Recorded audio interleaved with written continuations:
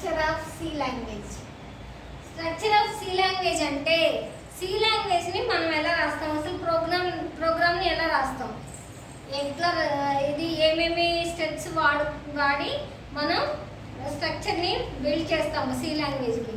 C లాంగ్వేజ్కి first స్ట్రక్చర్స్లో వచ్చేసి ఏముంటుంది, documentation section. First ఏంటి, డాక్యుమెంటేషన్ సెక్షన్.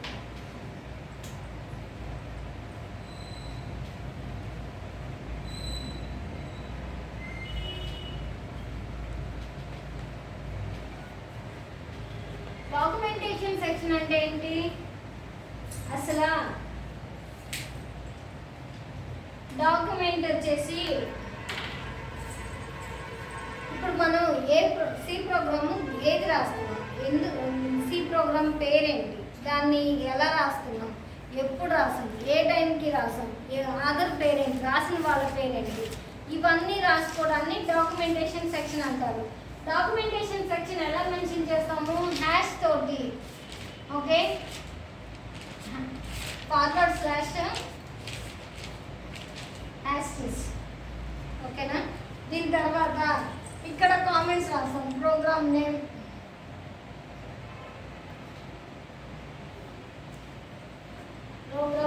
ఇది తర్వాత కామెంట్స్ తర్వాత పెట్టాలి. ఫస్ట్ ప్రోగ్రామ్ నేమ్,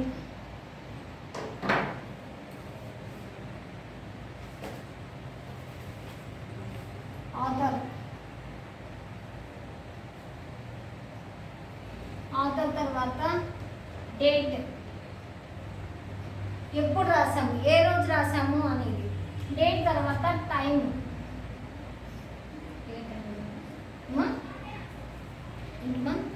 టైం అంటే ఏ టైంలో రాసాము, ఏ టైంలో రాసాము, program name, author, date, time, ఇంకా ఏంటి, డిస్క్రిప్షన్ ఆఫ్ ద ప్రోగ్రామ్.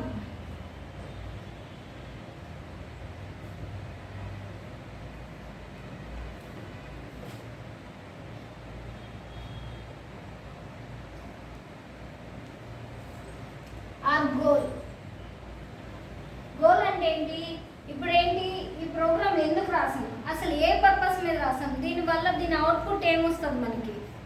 ఓకేనా, ఇప్పుడు a+b=c అన్నాం అనుకో, సి వాల్యూ 10 రావాలి అంటే దాని పర్పస్ ఏంటి, సి వాల్యూ 10, దానికోసం అనేసి మనం ప్రోగ్రామ్ రాసాం. అలా రాసుకోవడానికి దాని గోల్ ఏంటి అనేది తెలుసుకోవద్దు అనమాట.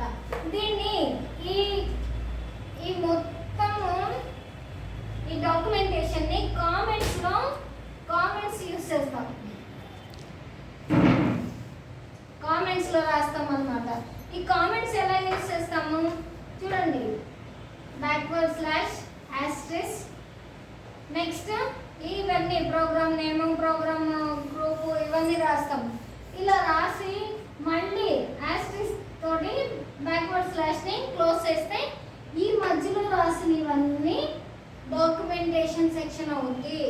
ఓకేనా, ఈ డాక్యుమెంటేషన్ సెక్షన్ వచ్చేసి మనకి కంపైలర్ ఇగ్నోర్ చేస్తుంది. రన్ చేసేటప్పుడు ఏం చేస్తుంది, కంపైలర్ అనేది ఇగ్నోర్ చేస్తుంది, దీన్ని ఏం పట్టించుకోదు. మనం దీన్ని ఎందుకు రాస్తాం, మనం జస్ట్ ఇది రాసుకుంటే మంచిది, మనకి ఎవరు రాశారు, ఎప్పుడు రాశారు, ఎందుకు రాశారు, ఏ టైంలో రాశారు అనేది మనకు తెలుస్తుంది అనమాట. ఓకే, ఈ కామెంట్స్లో వచ్చేసి asterisk, backward slash asterisk, dot dot dot, backward slash asterisk, backward slash, ఇది సింగిల్ కామెంట్ అయింది. ఓకేనా,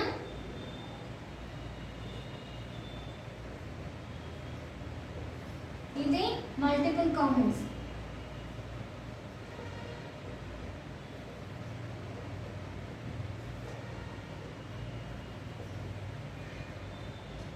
ఇవైతేనేమో మల్టిపుల్ కామెంట్స్ అవుతాయి, ఇలా సింగిల్ లైన్లో రాస్తే సింగిల్ కామెంట్ అవుతుంది. ఈ సింగిల్ కామెంట్, మల్టిపుల్ కామెంట్స్, ఏ కామెంట్స్ అయినా కంపైలర్ రన్ చేసేటప్పుడు ఇగ్నోర్ చేస్తుంది. దీన్ని మనం జస్ట్ రాసుకొని పర్పస్ చూపించుకోవడం కోసం మాత్రమే దీన్ని రాస్తాం అన్నమాట. ఓకేనా, శాంపిల్ ఒక ఎగ్జాంపుల్ రాద్దాం చూడండి. ఎగ్జాంపుల్ వచ్చేసి దీనికి ఎలా రాస్తామంటే, example backward slash asterisk program name ఏంటి, సమ్ అనుకుందాం. కింద వచ్చేసి ప్రోగ్రామ్ ఆధార్ పేరు సుజాత అనుకుందాం, జరగనా వేసుకోమండి. తర్వాత డేట్ ఏంటి 25th 8th month 2025. Okay, time 3 PM రాసాము.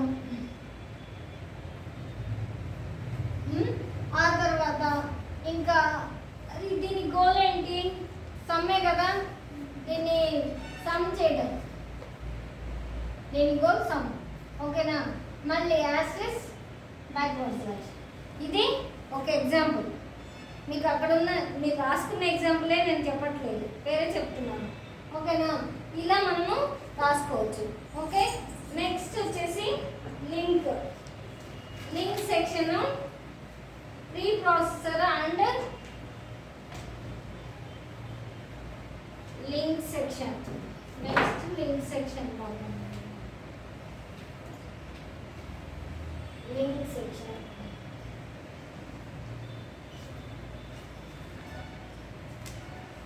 preprocessor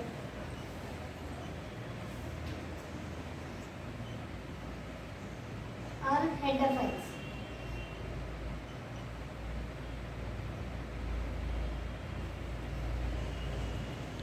ఇప్పుడు మనము సిలో చాలా ఫంక్షన్స్ ఉంటాయి. సి ప్రోగ్రామ్ రాసేటప్పుడు చాలా ఫంక్షన్స్ ఉంటాయి. సి ఫంక్షన్స్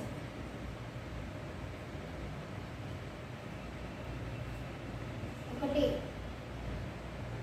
ఇవి బిల్ట్ ఇన్ ఫంక్షన్స్, ఇవి యూజర్ డిఫైన్. మన ప్రోగ్రామ్ రాసే యూజర్ డిఫైన్ చేసిన ఫంక్షన్స్ ఇవైతే ఇవి ఆల్రెడీ రిచ్ లైబ్రరీస్లో హెడర్ ఫైల్స్లో స్టోర్ చేసిన ఫంక్షన్స్. ఇవేంటియో అనుకుంటాం మనం, ఏమో కాదు. ఇదేంటి, stdio.h, ఇది అవుట్పుట్ ఫంక్షన్. ఓకే, ప్రింట్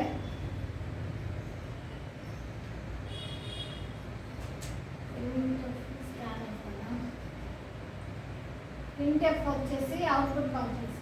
చూడలేదు,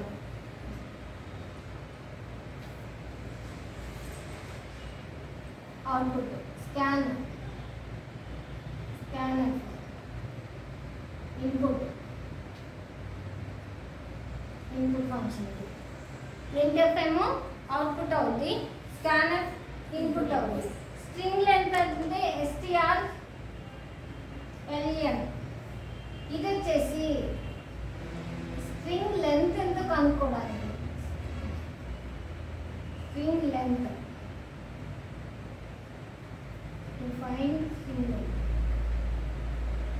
ఓకే, ఇట్లా మనము ఇవే కాదు బిల్ట్ ఇన్ ఫంక్షన్స్, మ్యాథ్ కూడా ఉంటుంది. Math bracket open bracket close, కోనియో ఉంటుంది, ఇంకా చాలా వేసుకోవచ్చు. అదే కాకుండా మనము ఇక్కడ హ్యాష్ సింబల్ తోటి వీటిని ఎలా, ఇప్పుడు వీటిని కాల్ చేయాలంటే ఈ ప్రింట్ఎఫ్ స్కాన్ఎఫ్ ఎక్కడ ఉంటాయి,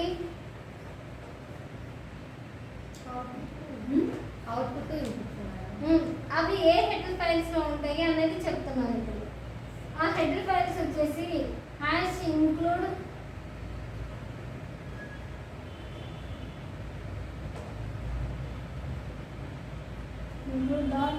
stdio.h. ఓకే, దీంట్లోనే ప్రింట్ఎఫ్ స్కాన్ఎఫ్ ఉంటాయి. ఓకేనా, ఇది కాల్ చేస్తేనే మనము వీటిని చూడగలము, లేకపోతే ఈ రెండు మనకి రావు. ఓకేనా, లింకర్ అనేది వీటిని హెడర్ ఫైల్స్కి లింక్ చేసి ఉంచుతుంది. ఈ లింకర్ మనం కాల్ చేసినప్పుడు మనము ప్రింట్ఎఫ్ చేయాలన్నా స్కాన్ఎఫ్ చేయాలంటే ఇన్పుట్స్ ఇస్తాము. ఏంటంటే మనం ప్రోగ్రామ్ రాసిన తర్వాత ఆ ప్రోగ్రామ్కి ఎక్సెస్ ఇన్పుట్ ఇస్తామన్నమాట. ప్రోగ్రాంలోనే ఇన్పుట్ ఇస్తాము. అది ఇన్పుట్ ఇచ్చినప్పుడు ఇది ఈ హెడర్ ఫైల్ని మనము కాల్ చేయకపోతే, stdioని కాల్ చేయకపోతే ఈ రెండు రావు మనకి. ఈ లింకర్ అనేది ఆ రెండింటిని కాల్ చేస్తుంది అనమాట. నెక్స్ట్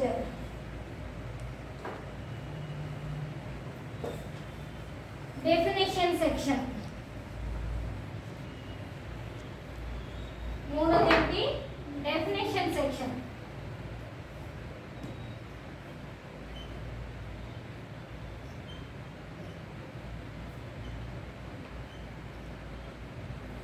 డెఫినేషన్ సెక్షన్ వచ్చేసరికి ఎలా ఉంటుందంటే మ్యాక్రోస్ని కాల్ చేస్తాము.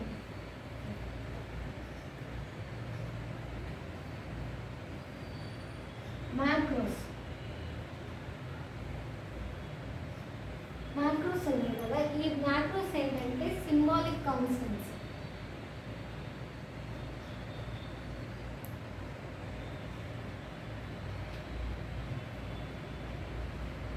ఈ మ్యాక్రోస్ని ఎలా కాల్ చేస్తాం మనము? ఇప్పుడు ఒక హ్యాష్ డిఫైన్ పిఐ, దీని వాల్యూ 3.14 వచ్చింది. పై దీని వాల్యూ 3.14 వచ్చింది. దీన్ని మనము ఇక్కడ రాసేటప్పుడు ఇంట్ పిఐ అన్నాము అని అన్నాక ఇక్కడ కాల్ చేసేటప్పుడు 4 అని కాల్ చేసామనుకో పిఐని, ఇది యాక్సెప్ట్ చేయలేదు. ఇది మనం ఆల్రెడీ ఇక్కడ ఏమి ఇచ్చామో డిఫైన్ పిఐ 3.14, కానీ ఇక్కడ వచ్చేసరికి పిఐ 4 అన్నాము. ఇది రాంగ్. అది డెఫినేషన్ అన్నమాట. మనం ఆల్రెడీ డిఫైన్ చేస్తే దాన్ని మనము కాల్ చేయలేము. Next global declaration.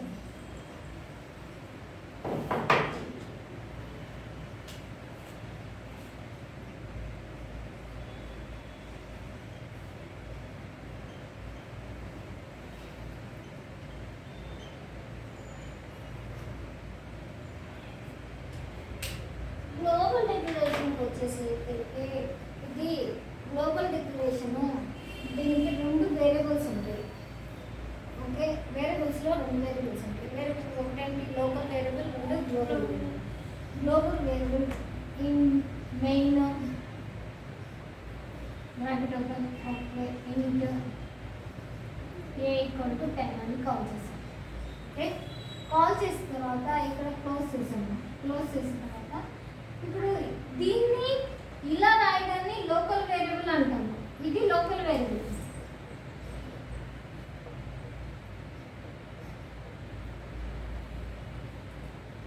ఇక్కడ రాసేదాన్ని ఇంట్ లోపల కర్లీ బ్రేసెస్ ఓపెన్ చేసి అక్కడ లోపల రాసేదాన్ని మనము లోకల్ వేరియబుల్ అంటాం. ఈ మెయిన్కి బయట ఇంట్ x ఈక్వల్ టు 25, దీన్ని గ్లోబల్ వేరియబుల్ అంటాం. ఈ లోకల్ వేరియబుల్ని మనము ఈ ఫంక్షన్లోనే కాల్ చేస్తాము. ఓకేనా, ఈ ఫంక్షన్ వరకే. కానీ ఇక్కడ ఇంకో ఫంక్షన్ రాసాం అనుకోండి, ఈ గ్లోబల్ వేరియబుల్ని ఇక్కడ కూడా కాల్ చేయొచ్చు, ఇక్కడ కాల్ చేయొచ్చు, ఇక్కడ కూడా కాల్ చేయొచ్చు. 2 చోట్ల కాల్ చేసేదాన్ని గ్లోబల్ వేరియబుల్. ఎక్కడ మెయిన్కి పైన రాసేది గ్లోబల్ వేరియబుల్, మెయిన్ లోపల రాసేది లోకల్ వేరియబుల్. ఈ గ్లోబల్ డిక్లరేషన్ అన్నప్పుడు ఇది గ్లోబల్ డిక్లరేషన్ అయింది అనమాట. ఓకేనా? ఓకే, నెక్స్ట్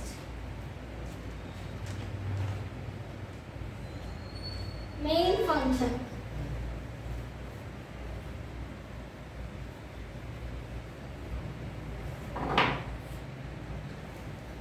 ఫిఫ్త్ ఏంటి? Main function.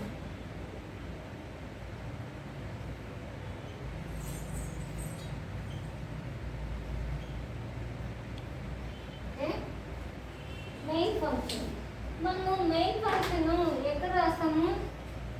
ప్రతి ప్రోగ్రామ్కి మెయిన్ రాస్తాము. మెయిన్ బ్రాకెట్ ఓపెన్ క్లోజ్, ఇక్కడ ఆర్గ్యుమెంట్స్ రాసి క్లోజ్ చేస్తాం. సి ప్రోగ్రాంలో మస్ట్ అండ్ షుడ్గా ఉండాల్సింది మెయిన్. మెయిన్ లేకపోతే మనకి అసలు ప్రోగ్రామ్ అనేది రన్ అవ్వదు, ఏమీ కాదు. మనం ఏదో రాసామంటే కామెంట్స్ కిందకి వెళ్ళిపోద్ది. ఇలా రాస్తాము, ఇలా రాసిన తర్వాత ఇప్పుడు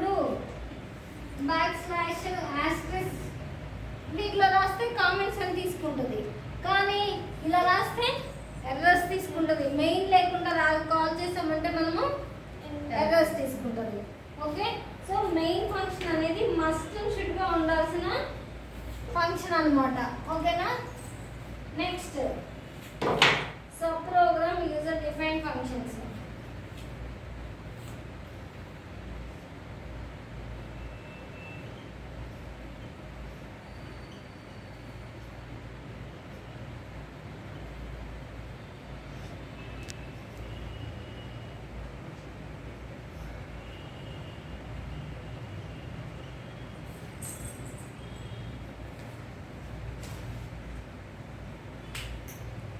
డిఫైన్ ఫంక్షన్స్ అంటే ఇప్పుడు యూజర్ రాసేటప్పుడు కొన్ని డిఫైన్ చేసేది ఏంటి, ఇంట్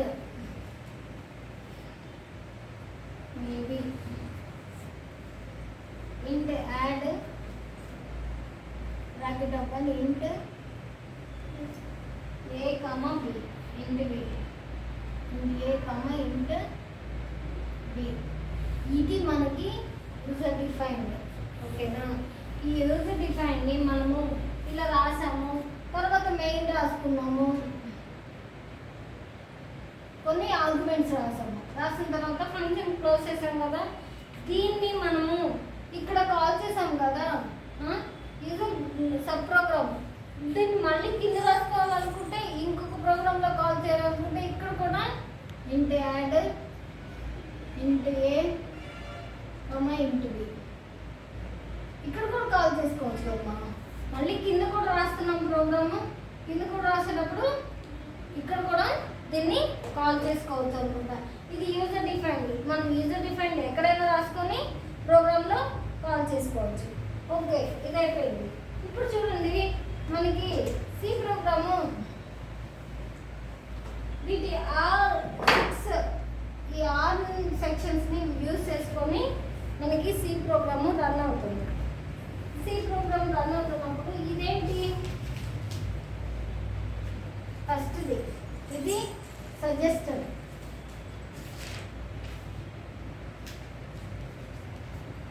కావాలి వద్దు రాసుకుంటే మంచిది అని చెప్పడానికి సజెస్ట్ చేసేది. ఇది వచ్చేసి మ్యాండేటరీ.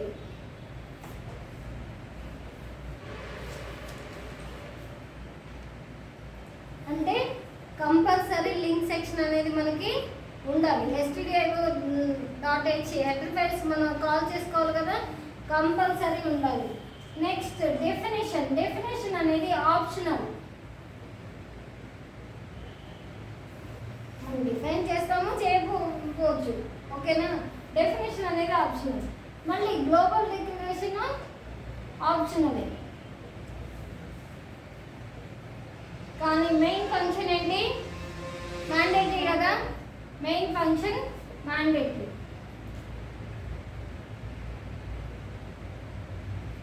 ఇది ఆప్షనల్.